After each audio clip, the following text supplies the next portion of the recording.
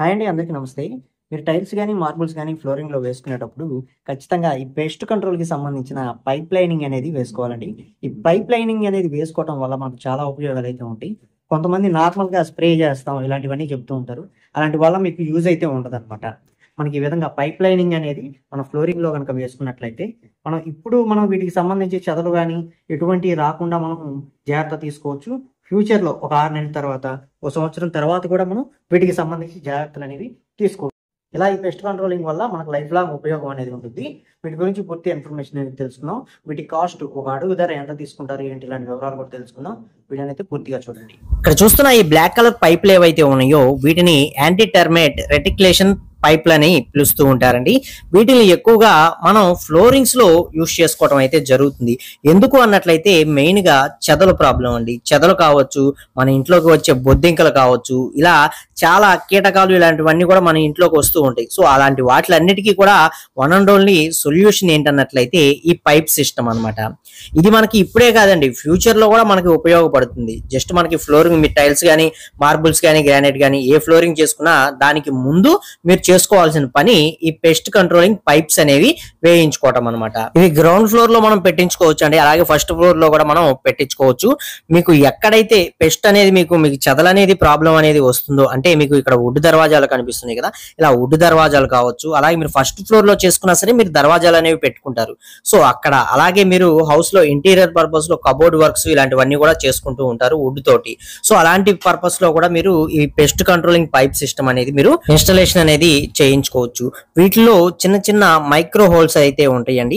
So ఆ holes ద్వారా మీరు బిల్డింగ్ మొత్తం మీది పూర్తయిపోయిన తర్వాత అయినా సరే, ఒక 6 months తర్వాత, లేకపోతే ఒక 2 years తర్వాత, 4 years తర్వాత వీటిలోకి మనం ఏదైతే లిక్విడ్ అనేది ఉంటుందో పెస్ట్ కంట్రోల్ కి సంబంధించిన లిక్విడ్ అనేది దాన్ని మనం ఇంజెక్ట్ చేయించుకోవచ్చు.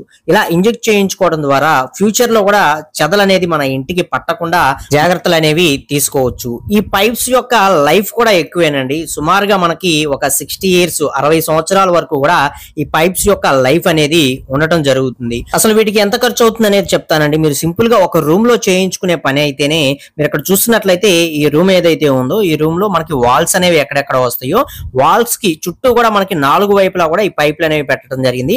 అలాగే మధ్యలో కూడా మనకి ఒక జాయింట్ అనేది వేశారు, ఇక్కడ చూస్తున్నారు కదా. ఈ జాయింట్ ద్వారా మనకి సెంటర్ లైనింగ్ అనేది మరొక పైప్ అనేది వేయడం జరుగుతుంది. ఇలా మనకి 2 అయితే వేశారనమాట.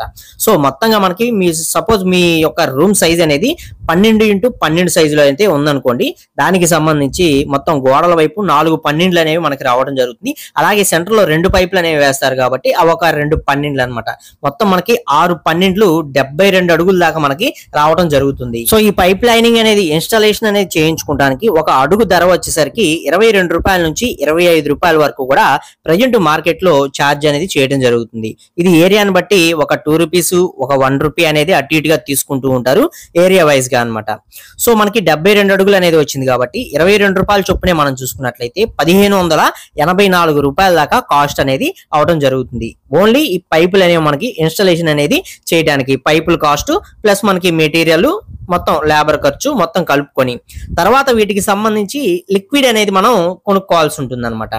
సో ఈ లిక్విడ్ అనేది మనకి ఎవరైతే పైపులు అనేవి ఇన్స్టాలేషన్ అనేది చేశారో వాళ్ళే మనకి లిక్విడ్ కూడా ఇంజెక్ట్ చేయడం జరుగుతుంది. ఈ లిక్విడ్ యొక్క కాస్ట్ అనేది ఎలా ఉంటుంది అన్నట్లయితే, ఇది 1 లీటర్ బాటిల్ వచ్చేసరికి మీకు 3800 రూపాయలు పడే రకం అనేది ఒకటి ఉంటుంది. అలాగే మీకు అదే లీటరు 750 రూపాయలు పడే రకం కూడా మరొకటి అయితే ఉంటుంది అనమాట. మీ బడ్జెట్ ని బట్టి మీరు ఇక్కడ చూస్ చేసుకోవచ్చు. మొత్తం మనకి ఒక రూమ్ లోనే చేయించుకోం కదండి, మన హౌస్ మొత్తంలో మనం చేయించుకుంటాం. సో అలా మన హౌస్ మొత్తానికి మనం మెజర్మెంట్స్ అనేవి లెక్కేసుకున్నప్పుడు ఒక 1000 అడుగులు ఆ విధంగా వచ్చింది అనుకోండి, అప్పుడు మీకు ఒక 3 నుంచి 4 లీటర్స్ బాటిల్స్ అనేవి పట్టడం జరుగుతాయి అనమాట.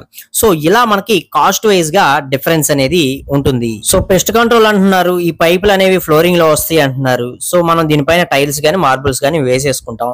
అప్పుడు మనకి ఫ్యూచర్ లో దీనిలోకి ఇంజెక్ట్ చేసేది ఎలా వెళ్తుందని మీకు డౌట్ రావచ్చు.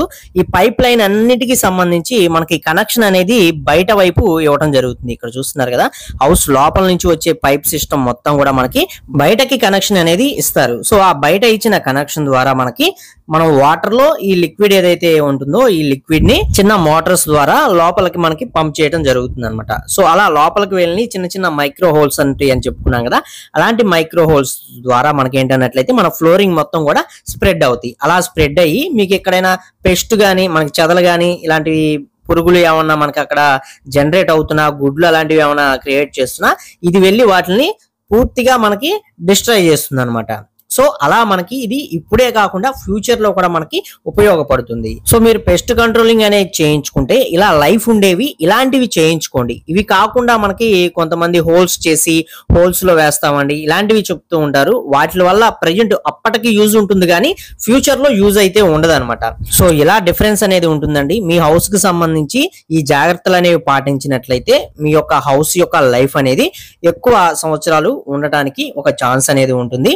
ఈ చెదల సమస్యతో బాధపడే వారికి ఒక సొల్యూషన్ కూడా చాలా ఇళ్లలో చూసామండి. ఈ చెదలు పట్టిందంటే అది కబోర్డ్లు కావచ్చు, ఇంటీరియర్ కావచ్చు, మనకి పార్టీషన్ దగ్గర చేయించుకున్న ఆర్చీలు కావచ్చు, మొత్తం తినేసి అసలు బేభత్సం చేసేస్తాయి అనమాట.